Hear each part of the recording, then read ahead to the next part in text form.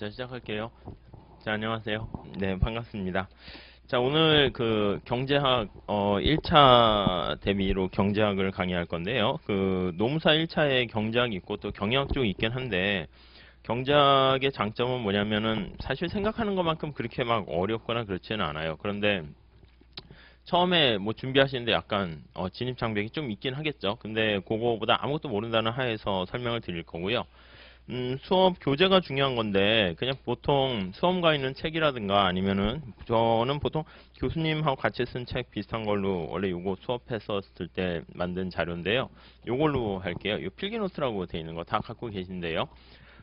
그래서 우리가 분량을 막 늘리거나 그럴 필요가 없어요. 그리고 중간중간에 여러분들이 경작할 때 힘들어 하시는 거는 두 가지인 것 같아요. 하나는 그래프가 이제 또 많이 나와가지고 또 힘들어 하시는데요. 사실 이 그래프는 직접 많이 그려보셔야 돼요. 만약에 선택을 노동경제학을 하신다라고 생각하시면은 그래프는 많이 가능한 한 그릴수록 근데 이제 그리는 법을 먼저 깨우치셔야죠. 아무 생각 없이 그림 연습한다고 이게 되는 게 아니거든요. 그러니까 이 그래프를 좀 많이 그리셔야 되는데 제가 이제 칠판에 판서를 좀 많이 하는 편이에요. 그래서 판서를 하다 보면은 여러분들이 그 판서를 따라가다가 내용을 놓치시더라고요. 그래서 이제 할 수 없이 필기노트를 만들었거든요. 이게 또 학원가에서는 필기노트라는 게 있어야지 또 좋아하더라고요. 그래서 그냥 겸사겸사 구색도 맞출 겸 해서 만들어냈어요. 그래서 수업은 이렇게 하세요. 중간에 그래프도 많이 나오고 하니까 노트를 하나 준비하세요. 왜냐하면 여러분들이 1차가 중요한 게 아니라 계속 얘기하지만 2차가 중요하잖아요. 근데 2차는 직접 답을 쓰셔야 돼요. 그럼 많이 글씨를 쓰시고 많이 그리시고 그렇게 하셔야 되는데 요거 보고 여기다 이렇게 틱틱 하는 거는 1차 방식이에요. 그래서 이번에는 요 필기 노트로 수업을 하긴 할 건데 여러분들은 그냥 따로 여러분들의 노트를 또 하나 마련하세요. 그래서 필기를 하시다가 혹시 놓친 거 있으면은 부담 갖지 말고 요거 참고해서 보시거나 하면은 그러면 되니까 노트를 좀 준비하셔서 제가 이제 개념이라든가 뭐 전체적인 목차 이런 거 쓰면서 수업을 할 거예요. 그래서 뭐 요 필기 노트는 보조 수단으로 보시는 게 조금 더 낫지 않는가 하는 생각이에요. 그래서 장기적으로 이 필기 노트보다 더 필기를 좀 깔끔하게 잘 하셨으면 좋겠어요. 아무튼 그래서 이제 그래프 좀 그렇고 또 경작이 좀 힘들다라고 하면은 이게 이제 계산 문제 때문에 이제 또 많이 힘들어해요. 근데 1차 그 노무사 시험에서 경제학에서는요, 계산 문제가 그닥 많이 나오진 않아요. 가끔 나오는 게 뭐 수요 공급의 균형이라든가 아니면 나중에 말씀드리겠지만 탄력성 계산한다든가 아니면 어떤 잉여를 이제 계산하는 거 있거든요. 소비자 잉여, 생산자 잉여라든가 그로 인해서 발생하는 사회적 후생 손실 다 삼각형 면적 구하고 이러는 거예요. 간단한 미분하고 이런 것이기 때문에 그런 걸 좀 여러분들이 잘 생각하시면 될 것 같아요. 더 나가서 좀 더 뒤로 가게 되면은 거시에서는 뭐 승수 파트라든가 이런 거 있거든요. 그런 것만 정리하시면 돼요. 아니면 이제 실업률 이런 거요. 근데 이 모든 게 사실 우리가 이제 오해하는 게 경제학의 시험 범위가 굉장히 많다라고 생각하는데 그렇지 않아요. 이게 전부 다 2차 노동경제 할 때 다 쓰이는 내용들이에요. 노동경제 시간에 다 쓰는데 1차 때 경제학 백그라운드랑 기본이 없으니까 그러니까 이제 이걸 하지 않고 들어오시다 보니까 2차 때는 왕 기초부터 하게 되는 거죠. 그래서 제가 보기에는 2차 녹용 할 때 만약에 좀 제대로 탄탄한 기반 하에서 공부를 하시려고 하면은 그냥 경제학 제가 말씀드리는 거를 무철곡선이라든가 이런 거부터 좀 차근차근 이렇게 정리해 나가시는 게 좋지 않을까 합니다. 자, 그래서 공부는 이렇게 하세요. 수업이 우리가 횟수가 그렇게 많지 않아요. 보통 이제 다른 공무원이라든가 뭐 회계사 이런 시험 준비할 때는 그 경제학 공부 영역이 조금 더 많고 막 쓸데없는 얘기를 해서 이렇게 많아지는데 우리가 하는 거는 이제 두께는 두껍지 않고 얇으면서 범위는 이렇게 좀 이렇게 돼 있어요. 그러니까 범위가 좀 제일 작아요. 그래서 이제 회계사라든가 아니면은 뭐 국회직 공무원 시험이라든가 아니면 뭐 여러 가지 경제학 시험이 있는데 사실은 간평사보다도 좀 노무사 시험이 좀 더 밑에 있어요. 밑에 있다는 건 수준이 낮다는 게 아니라 난이도가 그냥 나올 것만 나오고 2차 노경에 필요한 노동경제학에서 사용되는 뭐 노동시장의 무슨 여가와 노동의 선택이라든가 뭐 그런 거 수요 공급이라든가 뭐 MRS 계산한다든가 그 2차에서도 뭐 요즘 이제 앞으로 나오거든요. 그러니까 그런 거에 초점 맞춰서 실업률이라든가 근데 시험에서는 2차 시험에서는 노경에서는 실업은 다루긴 하는데 이런 실업률 계산하세요 이런 거는 하진 않거든요. 근데 1차 때 그런 걸 하는 거예요. 혹시 나왔다라고 하면은 아 그냥 1차 때 했던 거네 해가지고 그냥 쉽게 푸셔야 되지 이것도 뭐 뒤통수 맞았다 이렇게 되면 안 되는 것이고요. 아무튼 그러니까 2차 시험을 제대로 이렇게 탑을 이렇게 쌓아나기 위한 기반을 다지는 게 바로 지금 하는 시간이다. 이렇게 보시면 되겠어요. 자, 그래서 정리를 하면 여러분들께서는 수업 횟수가 뭐 한 20회 막 이렇게 늘어나지 않고요. 경영학에 맞춰서 조금 늘렸어요. 한 12번 정도 하는데 이렇게 몰아서 하는 거니까 그냥 수업 잘 들으시고 바로바로 복습하시고, 그리고 객관식이기 때문에 이렇게 눈으로만 이렇게 쓱 보셔도 충분해요. 그런데 직접 좀 이렇게 그래도 써 보시면 좋지 않을까 하는 생각입니다. 그리고 나중에는 이후에 강의가 어떻게 진행됩니까? 라고 하면 나중에 객관식 수업을 좀 할 거예요. 근데 객관식 수업도 횟수를 늘리진 않을 거예요. 그래서 이론 설명을 좀 할 텐데 그 이론 설명할 때는 요걸로 이론 설명 드리고, 그 다음에 노무사 시험에 나와 있는 그것만 이렇게 위주로 하면서 간평사 정도까지. 그래서 책을 따로 단거나 한 객관식 책이 있는데 그걸로 하게 되면은 쓸데없이 없는 어려운 것도 막 섞여 있어가지고 기출문제집을 출간하거든요. 다음 주에 나오는데 거기 노무사랑 간평사만 골라서 할게요. 물론 거기 공무원하고 이런 것도 있어서 더 푸실 분은 좀 더 푸셔도 되는데 제가 보기에는 그 정도면 충분하지 않을까 해요. 그래서 우리는 그러면 문제 안 풉니까? 수업 시간에 이렇게 하려고 수업 진도 나간 거를요. 우리가 이제 바로 오늘은 말고 그냥 다음 주에 좀 까먹었을 때쯤 진도 나간 파트에서 OX 해가지고 제가 나눠드릴게요. 뭐 별로 중요한 건 아닌데 그 중요한 표현들을 연습하기 위해서 하는 거니까 뭐 그렇게 생각하시면 되겠어요. 그래서 수업 잘 들으시고 필기 좀 가능한 한 좀 직접 좀 하시려고 하고, 그 다음 이제 복습으로 제가 OX 정도는 해드릴 거예요. 그래서 그 정도만 해도 사실 시험 보시는데 뭐 8, 9 실수하면 100점 이상 맞는데 지장은 없어요. 근데 사실 나중에 객관식 때는 또 문제 한번 보시고 그렇게 하면 될 것 같습니다. 자, 본격적으로 들어가도록 할게요. 자, 6페이지 한번 보세요. 그러니까 원래 이 책도 사실은 이렇게 스프링 제본을 해서 하려고 그랬어요. 근데 출판사가 스프링 하려고 했더니 서점에서 다 전부 다 싫어하는데, 그래서 왜 싫어하나요? 물어봤더니 스프링을 해버리게 되면은 다른 책에 다 이렇게 기스가 난대요. 그래서 아니면 랩을 이렇게 씌워야 되는데 랩을 씌우면은 그래도 뭐 또 싫어한대요. 랩을 씌우면 이제 또 책을 딱 이렇게 해놨을 때 봐야 되는데 못 보게 되잖아요. 아무튼 뭐 이래저래 싫어한다고 그래가지고 원래는 단가를 조금 높인 다음에 스프링 값까지 받아서 하려고 그랬는데 그거 빼고 최대한 그냥 복사비 정도, 칼라 복사비 정도만 이렇게 해가지고 했어요. 그래서 스프링이 편하시면 스프링 하셔도 되고 안 하셔도 될 것 같고, 저는 그냥 한번 해봤어요. 어떻게 되나. 그래서 그건 편하신 대로 보시면 되겠습니다. 자, 우리가 첫 번째는 거기 챕터 1장 미시경제학에 대한 얘기 좀 할게요. 미시경제학. 자, 경제학이 뭐 하는 학문인 것 같아요, 경제학이. 그래서 뭐 생각이 뭐 이래저래 경제가 뭔가 이렇게 할 텐데, 원래 이제 어원은 이렇게 나오는 것이죠. 우리가 이제 경세, 재민, 여기에서 이제 사실은, 아이고, 맞나? 이렇게 약자로 약간 쓴 거죠. 그래서 경세, 재민, 여기에서 이제 경제라는 말이 나왔어요.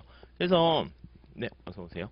여기가 경이 이제 세상을 경영한다는 얘기가 되는 것이고요. 그 다음에 요게 이제 세상을 잘 경영하고 도탄에 빠진 국민들을 잘 이렇게 잘 살 수 있게 구제해주는 그 역할을 하는 게 경제다, 이렇게 생각하시면 되겠어요.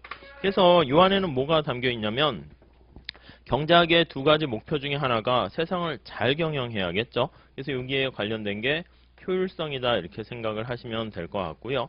그리고 백성들의 어려움을 잘 두루두루 살펴서 좀 이렇게 잘 살게 해주는 이런 맥락에 관련된 게 공평성이다, 이렇게 생각하시면 되겠어요.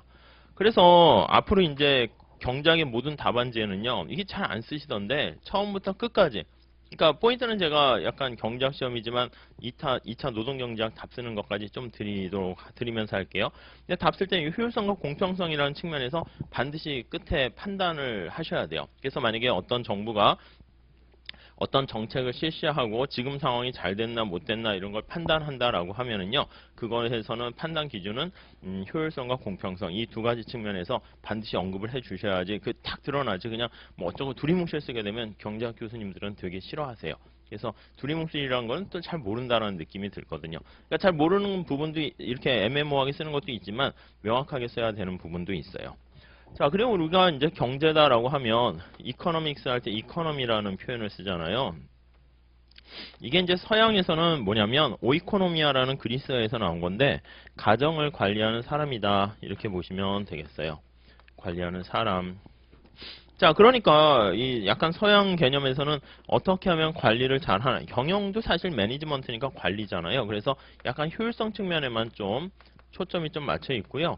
그리고 제 생각인데 이 아시아, 우리나라, 동아시아 뭐 이런 데는 보통 세상을 경영하는데 역시 서양 쪽은 뭐 자기 집이나 잘 관리하고 뭐 주머니 관리가 좀 약간 레벨이 좀 이렇게 초점이 조그맣다라는 거 우리가 그런 걸 느낄 수 있을 거예요. 우리가 경제학은요 사회과학이라고 얘기해요. 소셜이라는 말을 해요. 그러면 첫 번째 사회라는 게 뭔가 이걸 생각을 해보시면 뭐 제가 여러분께 질문할 수는 없겠지만은 여기 많은 사람들이 이렇게 있단 말이에요. 그러니까 혼자서 우리가 인간이 할 수 있는 거는 그닥 어떻게 보면 많지 않아요. 무리를 이뤄서 구성을 하게 되는데 그러다 보니까 한 개인도 의미가 있지만 여럿이서 모여서 상호작용하는 게 바로 사회다 이렇게 생각하시면 되겠어요. 그래서 이 집단, 상호작용 그런 거에 대해서 다루는 게 어떻게 보면 경제학이고 경제학은 나름대로 사회과학의 꽃이라고 얘기를 해요. 근데 여기서 말하는 과학이다라고 하면은 사실은 뭐가 과학인가요? 이것도 애매하죠. 그래서 뭐 수학을 써서 과학 그런 게 있어요. 그런 게 아니고요. 약간 과학이라는 것은 제 생각에는 뭔가를 측정하려는 시도를 많이 하기 때문에 그거 할 때 이제 수학이라든가 측정 방법 그런 걸 사용하게 되는 것이죠. 자, 그래가지고 경제학은 사람들이 모여있는 인간에 대해서 다루는 것이고요. 인간들의 상호작용 중에서 그 하나의 어떤 측정 기법을 이용해서 그래서 우리가 나중에 보면 뭔가 탄력성이라든가 아까 얘기했던 뭐 실업률이라든가 이런 것을 우리가 측정하려고 시도하는데 그게 이제 과학적 방법이다 이렇게 생각하시면 되겠어요.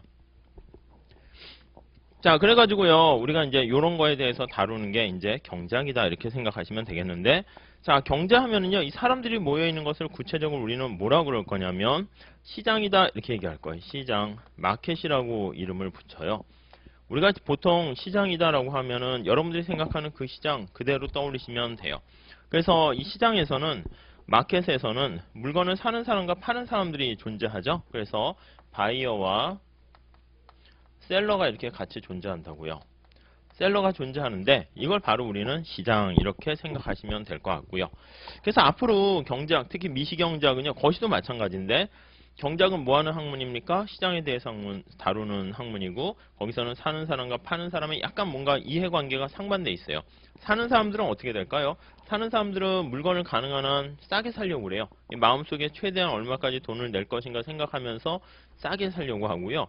물건을 팔려는 사람은 가능한 한 최소한 받고자 하는 금액은 있으면서 마지노선이 있으면서 높이 이렇게 받으려고 한다. 그러한 두 개 상호 이렇게 기량 관계를 할 수 있는데 갈등 관계가 이렇게 시장에서 이제 조정되면서 균형을 찾아가는 그걸 살펴보게 될 거예요. 자, 여기서 정리를 해볼게요. 자, 여기서 개념 거기 나와 있어요. 이렇게 정리 좀 합시다. 첫 번째 줄에 있는데 경제란 무엇을 연구하는 학문입니까? 하면 위에다가 시장에 대해서 연구하는 학문이다 이렇게 돼 있고요. 그러니까 거기는 표로 이렇게 돼 있는데 여러분들이 시장에 대해 연구하는 학문이다 이렇게 되어 있고요.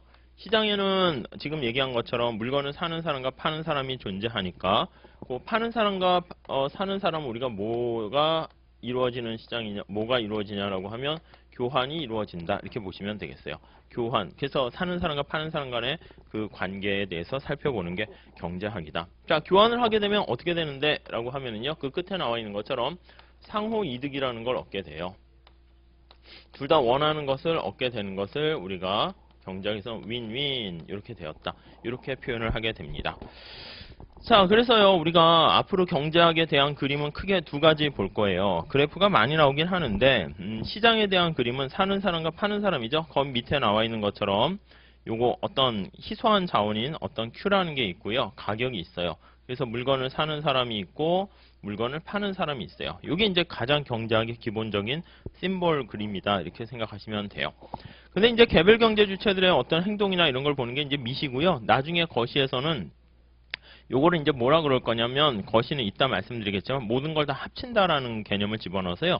요 S 대신에 거시에서는 AS 곡선이나 aggregated라는 말을 쓰게 될 거예요. 그래서 AS 곡선이라는 걸 쓰고 요거를 AD 곡선이라는 걸 쓴다 해서 AD AS 곡선을 가지고 우리가 분석하게 돼요.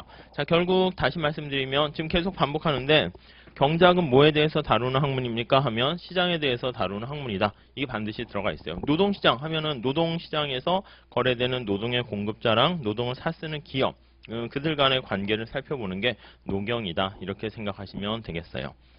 자, 그래서 이제 여기서는 사고 파는 게 있으니까 이제 교환이 되는 것이고 여러분들 생각해 보세요. 노무사 강의라는 게 만약에 시장이 없어요. 그럼 어떻게 해야 될까요?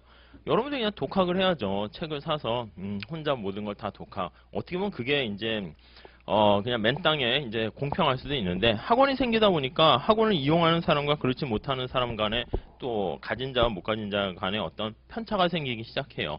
우리가 이제 인류가 인간 간에 이제 서로 뭐 경쟁하고 막 하다 보면은 자본이라고 표현하는데 컴퓨터를 가진 사람과 그렇지 못하는 사람, 농사를 지을 때 가축이 있는 사람과 없는 사람 간에 이제 격차가 벌어지기 시작하는 것이죠. 그게 사실은 우리가 시장에 이렇게 노무사와 관련된 강의를 원하는 수요자가 이제 살려는 사람이에요. 그 사람들이 있게 되니까 학원이라는 게 생기게 되는 것이고요. 또 학원에서 강의라는 서비스를 제공하게 되고, 여러분들은 또 이런 강의가 없었을 때는 선택할 수 있는 게 독학인데, 그게 아니라 강의가 있으니까 선택해서 그거를 구입하게 되고, 그러니까 사실 학원도 돈 버니까 좋겠지만 여러분도 혼자 했을 때보다는 훨씬 더 효율적으로 뭔가 성과를 거둘 수 있으니까 그런 측면에서 둘 다 상호 이득을 얻게 된 것이다. 이렇게 보시면 되겠어요.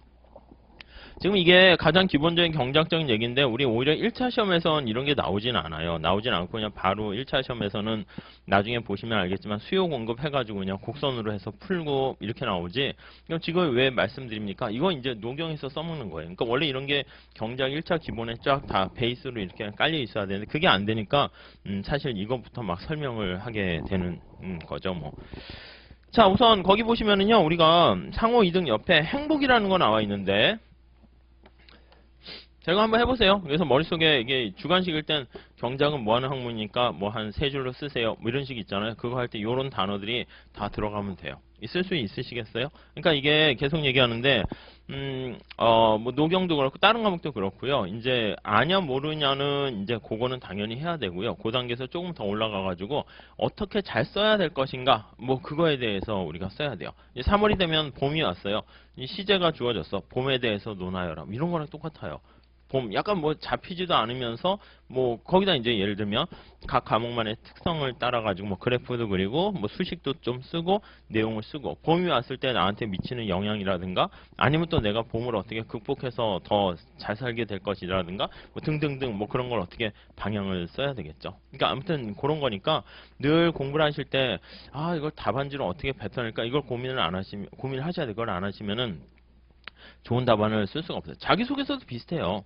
자신에 대해서 말하세요. 뭐 늘 면접할 때 그러잖아요. 그런 거 보면은 미리미리 자기소개서 준비를 많이 했던 사람은 뭐가 얘기를 해요. 근데 그게 아니라 아, 그 대충 할 수 있을 것 같은데 대충 할 수 있다는 것은 아무것도 대충 할 수 없는 거랑 똑같거든요. 그러니까 늘 제가 중간중간에 여기서부터 연습을 하는 거예요. 파편적이긴 한데 부분적으로 이렇게 딱 하면 아, 이걸 버무려 가지고 이렇게 한 세 줄 정도 쓰는 거. 그런 걸 딱 해야지 그게 이제 주관식 공부하는 방법입니다.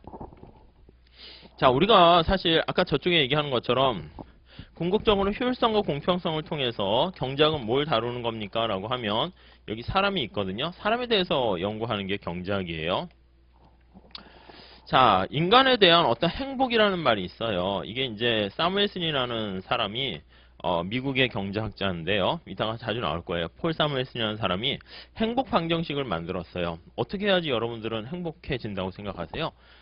사실은 뭐 여러 가지 얘기할 수 있지만 첫 번째는 우리가 구입할 수 있는 상품이 많아지면 행복해진다라고 얘기할 수 있어요. 거기 보시면 그래서 소비 이런 말을 써놨어요.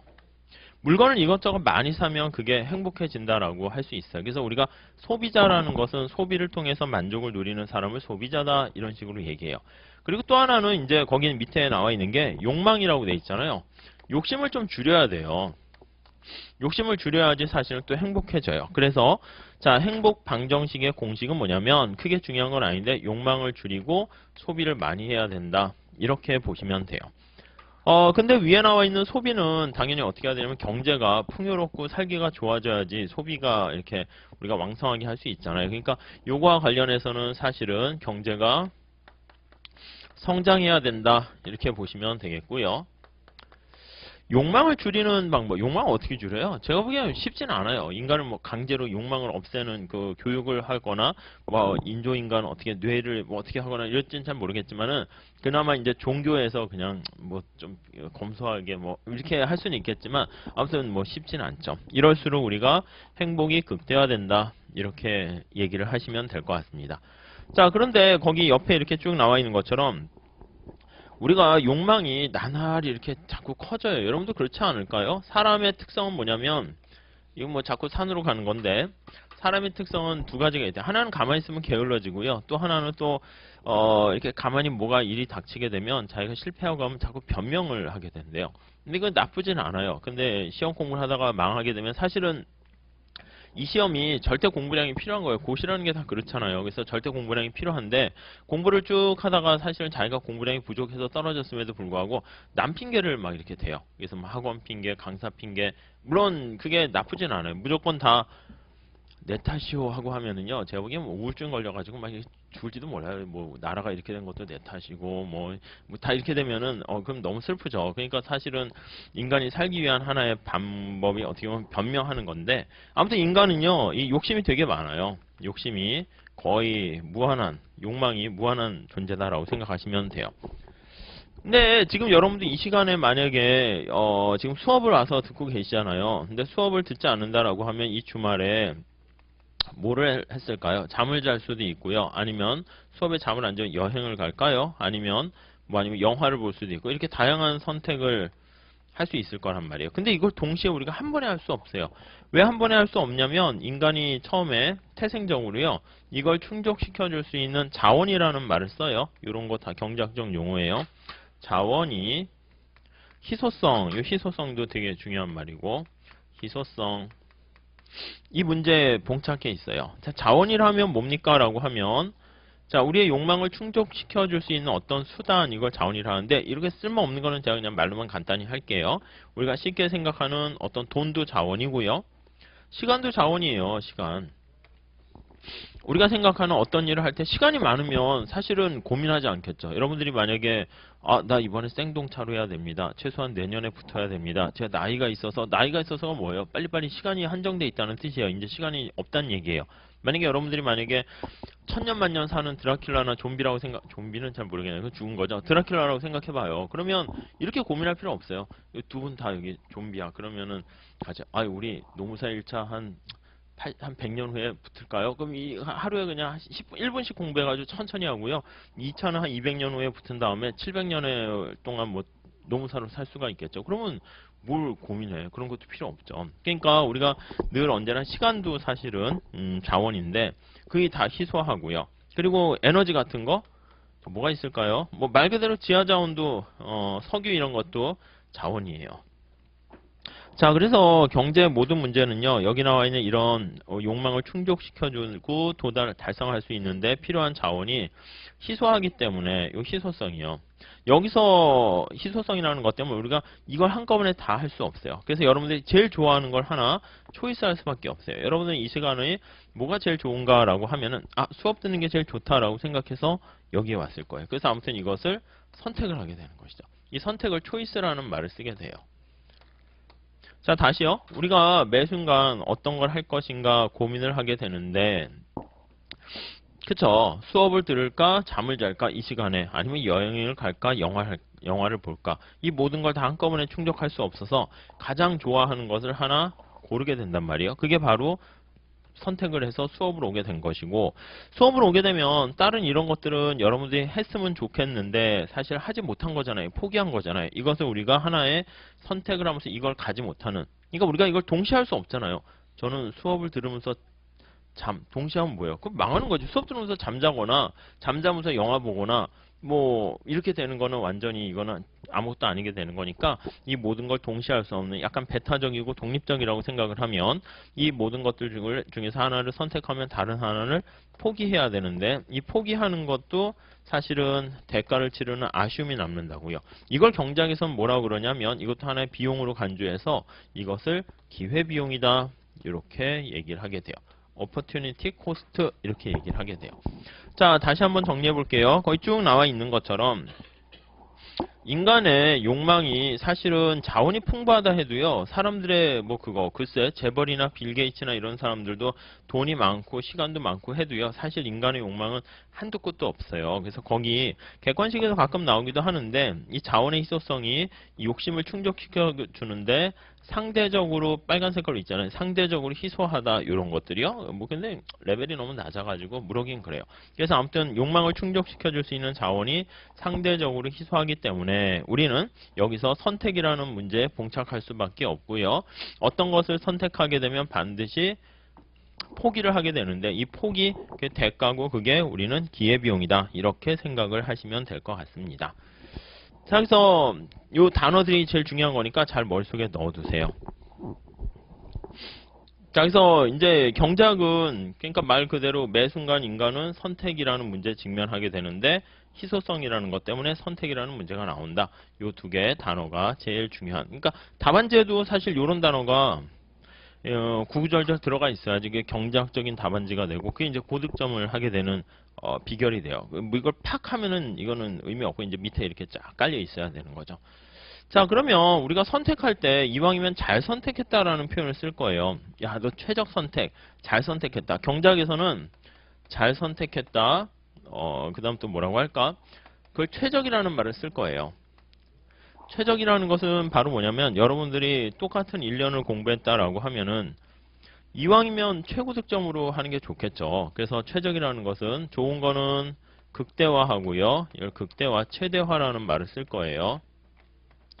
나쁜 거는 극소화를 해요. 미니마이즈 해요. 극소화. 네, 이게 우리는 최적, 잘 선택했다라는 말을 쓰게 되겠고요. 그리고 나중에 얘기할 텐데 이제 맥시멈이라는 상태가 아니라 맥시마이즈예요. 극대라는 상태를 달성하려는 뭔가 의지 이런 게 담겨 있어요. 의지가 담겨 있는 건 이것 때문에 그렇죠. 하늘나라 에덴 동산이면 무슨 뭐 이런 거 할 필요 없죠. 그냥 뭐 다 우리가 구입하면 돼. 이것도 미니마이제이션이에요. 뭐 끝에 화라는 말이 또 붙어 있어요. 이것도 사실 최적이 아니라 최적화라고 얘기해야 돼요. 그래서 이것도 옵티멈이 아니라 옵티마이제이션 이런 표현을 쓰게 돼요. 그래서 이 잘, 최적, 그 다음에 이런 걸 이제 경제학에서는 적정 이런 표현을 써요. 그러니까 적정 임금은 무엇이냐, 뭐 적정 수준은 뭐냐. 그럼 이게 적당한 이런 뜻이 아니라 최적 이런 뜻이에요. 이 모든 거를 이제 쫙 아우르는 말, 이게 좀 수학적인 개념이라서 딱딱하잖아요. 그래서 우리는 이걸 뭐라 그럴 거냐면 합리적이다 이런 식으로 얘기할 거예요. 그래서 합리적인 선택 이런 식으로 끌고 갈 거예요.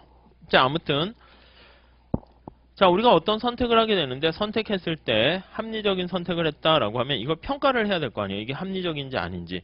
그때는 거기 나와 있는 기준이 두 가지가 있어요. 하나는 거기 보시면은 하나는 아까 얘기했던 것처럼 효율성이고요. 다른 하나는 바로 공평성이다. 이렇게 보시면 되겠어요. 자, 이거에 대한 판단 기준이 뭐가 있냐면 판단 기준이 하나는 효율성이고요. 자, 효율적이다라는 게 바로 이거예요. 지금 얘기한 최적화, 극대, 극소, 이걸 효율. 그래서 이제 직관적으로 얘기하면은 나는 이번에 시험 공부를 하는데 굉장히 효율적으로 공부를 했어. 이 얘기가 뭘까요? 결국 쉽게 얘기하면은 나는 쓸데없는 잡생각이라든가 쓸데없는 시간을 낭비하지 않고 열심히 했어. 그러니까 낭비가 없는 상태를 우리가 효율적이다. 이렇게 보시면 돼요. 이게 그냥 굉장히 심플한 개념인데 그래도 가장 정확한 개념이에요. 자, 우리가 나중에 예를 들면 나중에 독점 기업 이런 걸 배울 거예요. 독점 기업이다, 독점 시장이다 이렇게 얘기하면 독점 시장은 써드릴까요? 시장에 기업이 딱 한 개만 존재하는 경우예요. 한 개만 존재. 그게 홀로 독자를 써서 독점 이렇게 얘기해요.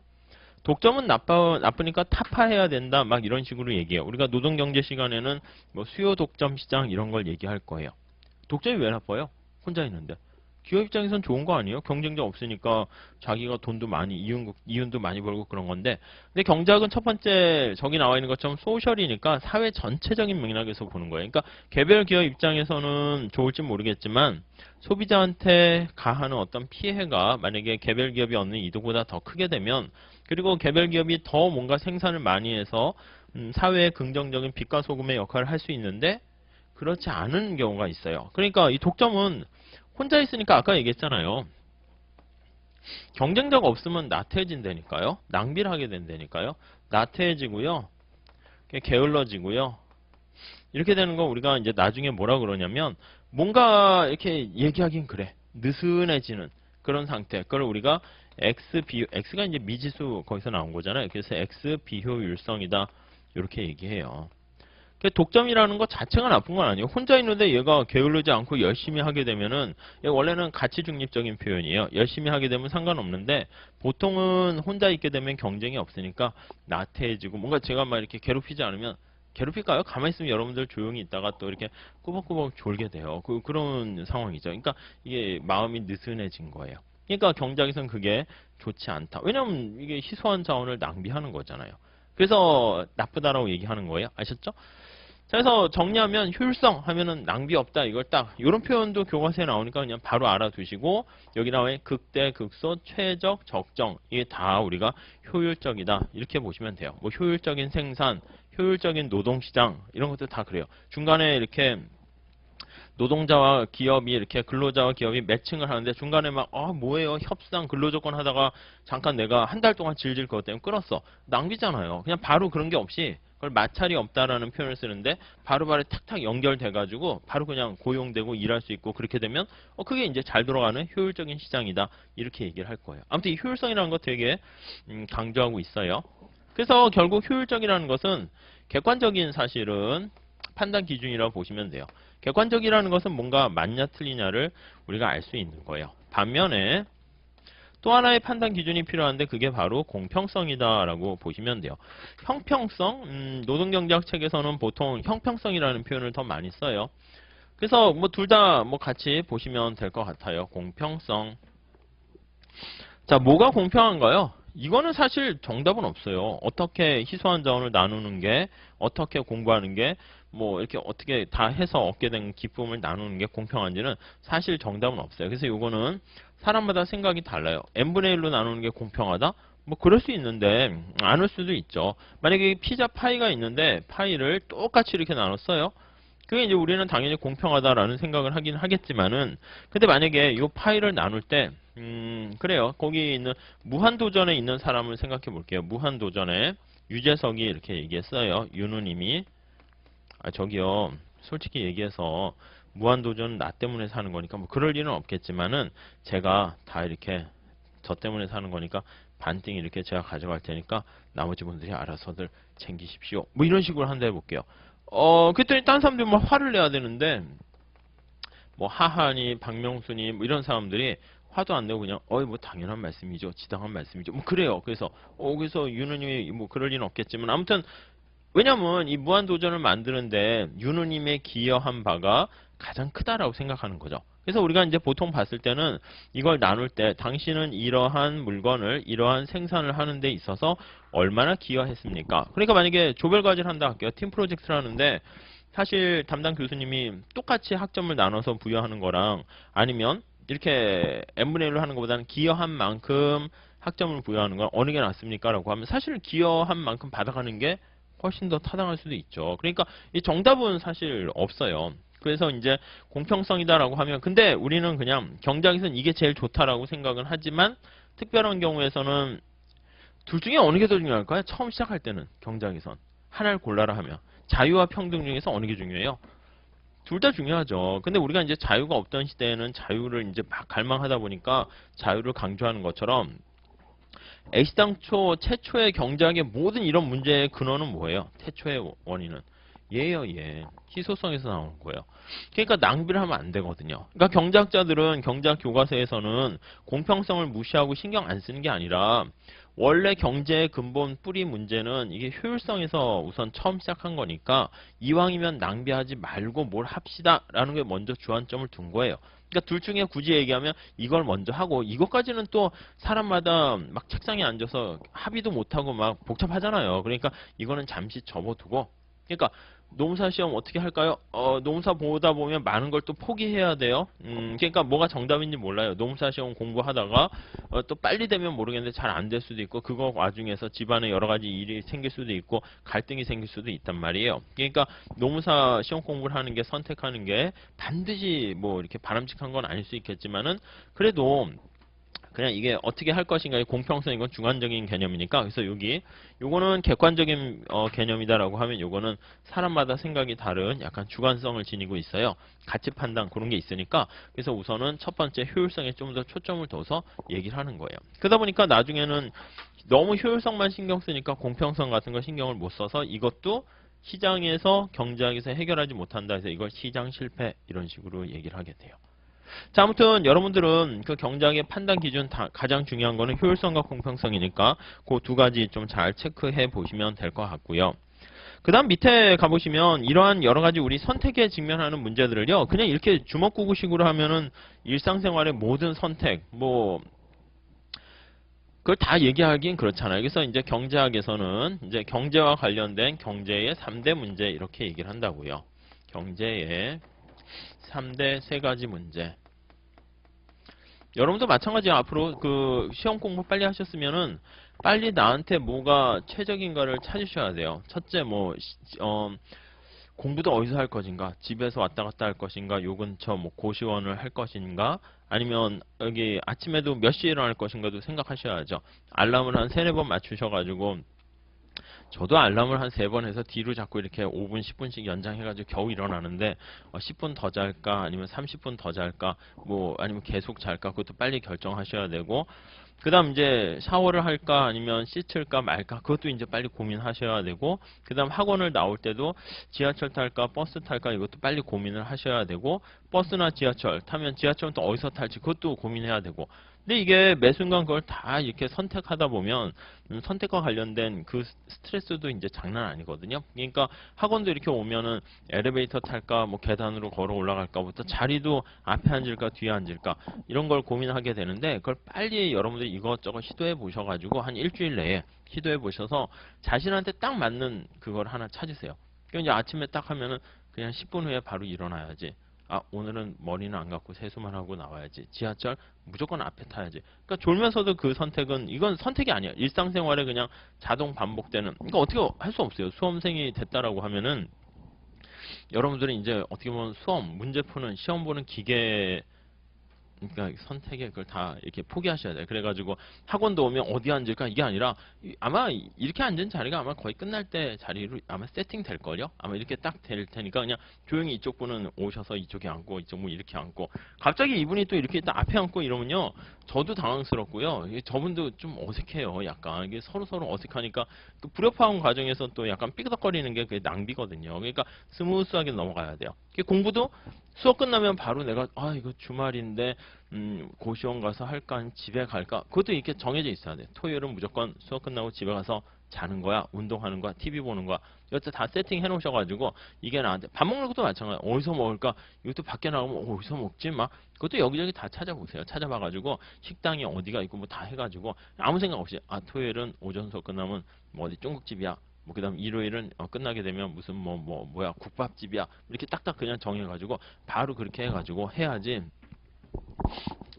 최소한의 시간에 가장 좋은 점수로 빨리 이렇게 붙게 돼요. 답안지도 마찬가지예요. 잘 모르겠지만 과목마다 모르겠지만 문제가 어떻게 나오든 이게 답안 쓰는 그 뭐라고 할까 틀이라고 할까 세팅이라 할까 그 정형화된 그게 이렇게 딱 있어요. 기본 틀은 그렇잖아요. 우리가 외국인과 협상을 하거나 말을 할 때도요, 영어를 외국 사람 같이 외국에 태어나서 아주 잘하는 경우면은요, 그럼 이제 편하게 이렇게 막 해서 할 텐데, 자유롭게 속담도 얘기하고, 그때그때 임기응변이 뛰어날 텐데, 그게 아니다라고 하면 어떻게 해야 돼요?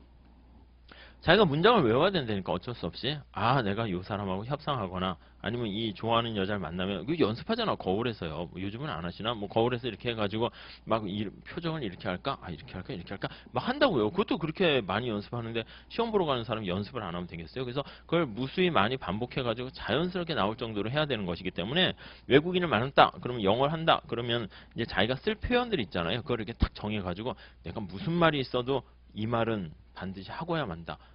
그렇게 하고 들어갈 수밖에 없어요. 그러니까 내가 노동경제 시험을 본다. 그럼 무슨 문제가 나오던 난 여기 시장이라는 말, 교환이라는 말, 또 뭐 자발적인 어떤 선택이라는 말, 효율성, 공평성, 최적 이런 말은 무조건 답안지에 뱉어내고 나오겠다라는 생각을 딱 하고 들어가야지 그걸 쓰지. 우리가 이제 여러분들이 늘 경제학과 전공이어서 하면은 저 같은 경우에는 답 쓸 땐 늘 이쪽으로밖에 생각이 안 돼 있어요. 왜냐면 훈련을 그렇게 받았으니까.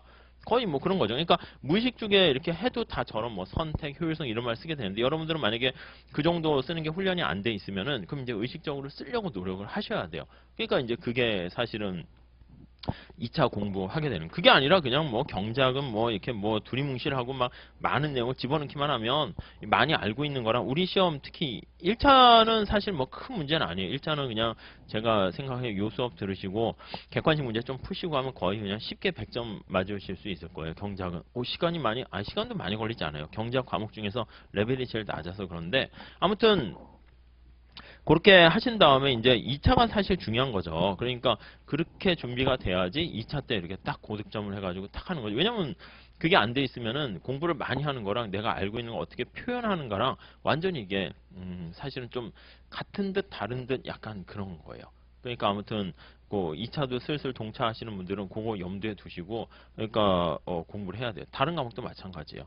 그러니까 우리가 봤을 때는 그 나름대로 과목이 다 있잖아. 노동법도 있고 경영도 있고 다 뭐 인사도 있고 뭐 경제도 있고 다 있는데 과목마다 우리가 무시할 만한 게 아니라 거기에 있는 출제 교수님들은 평생 그걸 하는 것이기 때문에 탁 보면 우리가 봤을 때 그러지 않아요?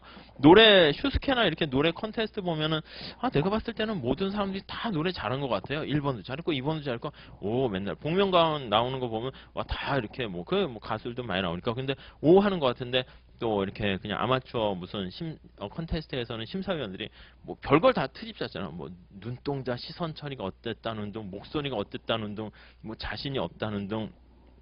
좀 듣고 연습 안 했죠? 뭐 이렇게 원래 재능이 이렇게 있는 사람인데 그 재능을 믿고 연습 안 하면 연습 안 했죠? 딱 이렇게 막 한다고. 그래서 뻥인지 아니면 일부러 괜히 권위에 눌려가지고 그게 사실인가 이런 거 하는 것처럼 저 같은 사람은 다 잘했는데 왜 저러지? 막 이렇게 느낌이 드는데 교수님들 입장에서는 여러분들이 딱 보면은 그냥 여러분 눈에서 보면 안 되니까 여러분끼리 이렇게 시험 보고 나면 나는 잘 썼는데 뭐 나는 잘 썼는데 자기 스스로 잘 썼다고 생각하죠. 근데 왜 채점이 이럴까요?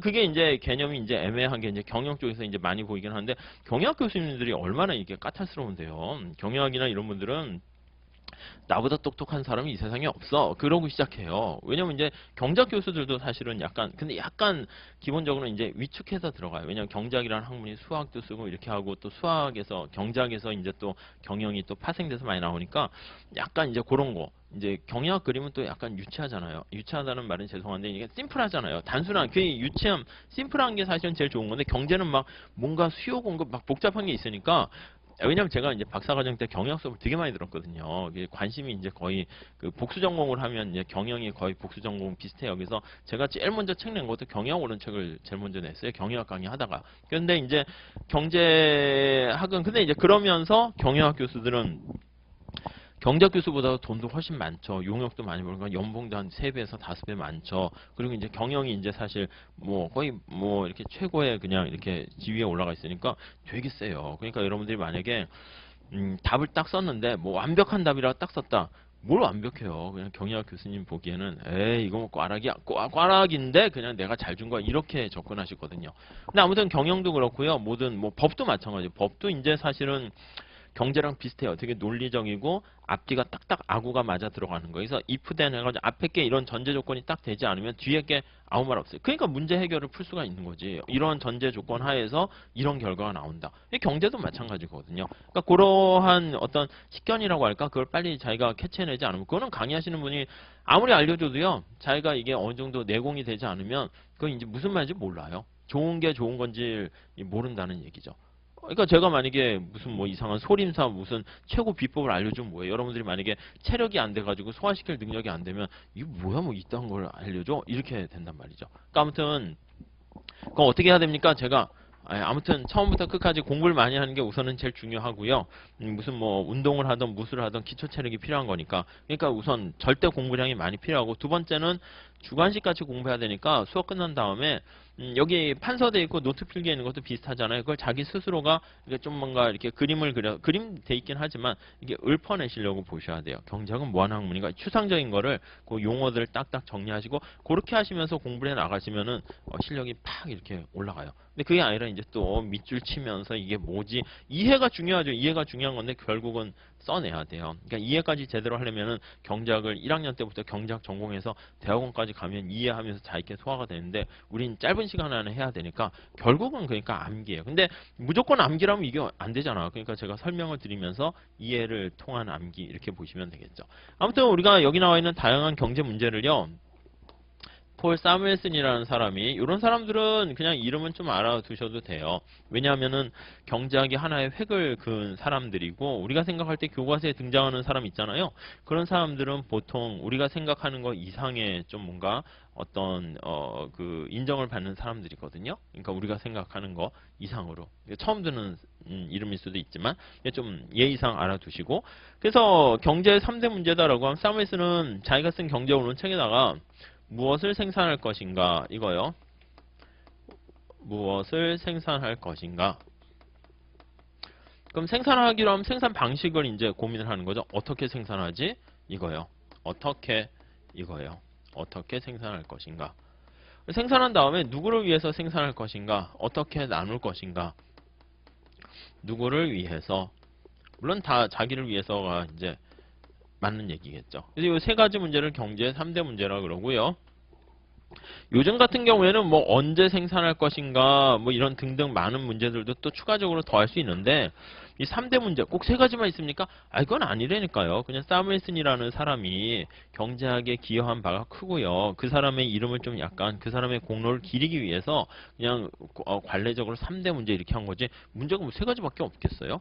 어떤 사람이 성공하는 사람의 7가지 법칙 아니 딱 7가지밖에 없겠어요? 그래서 7가지 얘기했더니 아니 이거는 왜 빼먹습니까? 빼먹은 게 아니라 자기가 봤을 때 이렇게 중요하다고 생각하는 것을 꼭 전수해주고 싶은 것을 7가지 나열한 거예요. 그게 무수히 많죠. 그러니까 이 사람은 그냥 한 3가지 얘기했고 우리 경제학에서 그냥 이 사람을 기린다는 의미에서 요 정도 이렇게 얘기를 해요.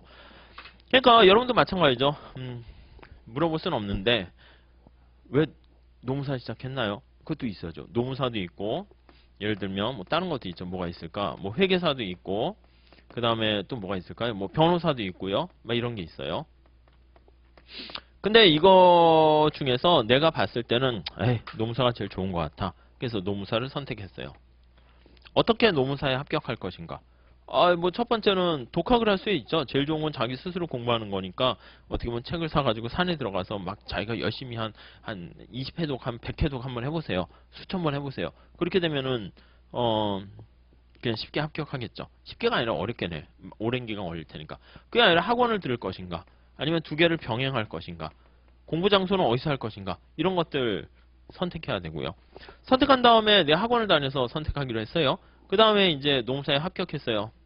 누구랑 이 기쁨을 나눌 것인가 뭐 이런 거 있잖아요. 그 전리품이라든가 소득을 얻게 되면 그걸 어떻게 분배할 것인가 이게 약간 그러니까 분배와 관련된 문제가 되는 것이고 요 위에는 약간 느낌이 무엇을 하고 어떻게 할 것인가니까 약간 효율성과 관련된 그런 얘기다라고 생각하시면 돼요. 이런 문제들도 사실은 다 경제 3대 문제다 이렇게 생각하시면 될 것 같고요. 물론 이런 거는 인간이 태초부터 이건 존재했었어요. 예를 들면 구석기 시대다. 무엇을 생산할 것인가? 뭐 이렇게 뭐 토끼를 생산할지 토끼 못 그리겠네요. 토끼 이렇게 있고 아니면 뭐 호랑이를 생산할지 왕자 있는 호랑이에요. 무섭잖아요. 해서 아니면 이제 코끼리를 생산할지 뭐 코끼리 뭐 이렇게 있다 합시다. 이렇게 그림이 좀 그래가지고 아무튼 그런데 여기서 이제 고민하는 거야. 토끼는 아유 이게 너무 고기량이 작고 호랑이는 너무 무섭고 코끼리를 생산해야겠다. 결정을 하는 거예요. 우리가 이제 뭐 앞으로 계속 이런 걸 봐요. 근데 이제 우리가 할 때는 스마트폰을 할까 사과를 할까 그런 걸 고민하는 거고 어떻게 생산할 것인가 이렇게 칼로 잡을 것인가 아니면 창으로 이렇게 잡을 것인가 아니면 화살로 이렇게 잡을 것인가 뭐 등등 아니면 맨주먹으로 이렇게 해가지고 때려 잡을 것인가 이제 생산 방법을 고민을 해야 되는 거죠. 그리고 생산 방법을 고민하게 되면은 맨주먹은 위험하고 칼도 너무 가까이 있고 창도 그렇고 화살로 잡아야겠다. 그래서 코끼를 잡아왔어요. 이거 어떻게 나눌 것인가? n분의 1로 나눌 것인가? 아니면 그 부족장의 명령에 의해서 어떤 그냥 뭐 관습에 의해서 할 것인가? 남녀노소 나이별로 할 것인가? 뭐 그거 분배하는 방법. 이런 거에 대해서 다루는 게 사실은 다 경제 문제가 돼요. 근데 이제 그거를 이제 특히 노동 경제 나중에 가시게 되면 그때는 노동 시장에 대해서 국한해 가지고 우리가 주로 얘기를 하게 되는 것이고 뭐 그러니까 이 원리 그대로 보시면 돼요. 이 밑에가 이게 백그라운드가 쫙 있는 거야. 그러니까 이런 거를 만약에 모르고 그냥 바로 그냥 뭐 노동시장도 들어가서 막 하게 되면은 그럼 이게 뭐라고 얘기하기는 그래. 이거 해야 됩니까? 아니 뭐 사실 답안지 아니 뭐 이게 시험에 바로 챕터 1장에 나오는 건 아니에요. 근데 이런 게 밑에 이렇게 쫙 있는 사람과 없는 사람은 이게 보인다니까요, 답안지에. 그러니까 이게 가능한 쓰려고 의식적으로 막 노력을 해야죠. 여기다가 이제 당연히 뭐 효율성은 영어로 뭐 efficient 하다 뭐 그런 거랑 뭐 equity 하다 이런 거라든가 뭐 선택, 초이스, 뭐 기회비용, opportunity cost 뭐 이런 단어들을 옆에다가 이렇게 해주면서 부각시키게 되면 그럼 답안지가 이렇게 좀 풍요롭게 풍부하게 이렇게 보이게 되는 거죠. 아무튼 뭐 그런 거에 대해서 우리가 볼 거예요. 그래서 여기까지 하고요. 잠깐 쉬었다 할게요. 그래서 앞으로 수업은 이렇게 할게요. 그 책에 나와 있는 거는 앞에는 간단해서 그렇게 말씀드렸고 중간중간에 뭐 개념 같은 것들이 있을 거예요. 그러면 시장 하면은 그런 것들 제가 조금 그렇긴 한데 이렇게 쓰면서 그래도 할게요. 왜냐면 목차를 잡는 법을 살짝 연습을 좀 하면서 해야 돼요. 그래야지 한눈에 쫙 내용들이 들어오게 되니까 뭐 그럴 것 같습니다. 그리고 뭐 아무튼 중간에 수업은 한 50분 하고 10분 쉬고 뭐 이렇게 할 테니까 그렇게 생각하시면 될 것 같아요. 잠깐 쉬었다 할게요. 네.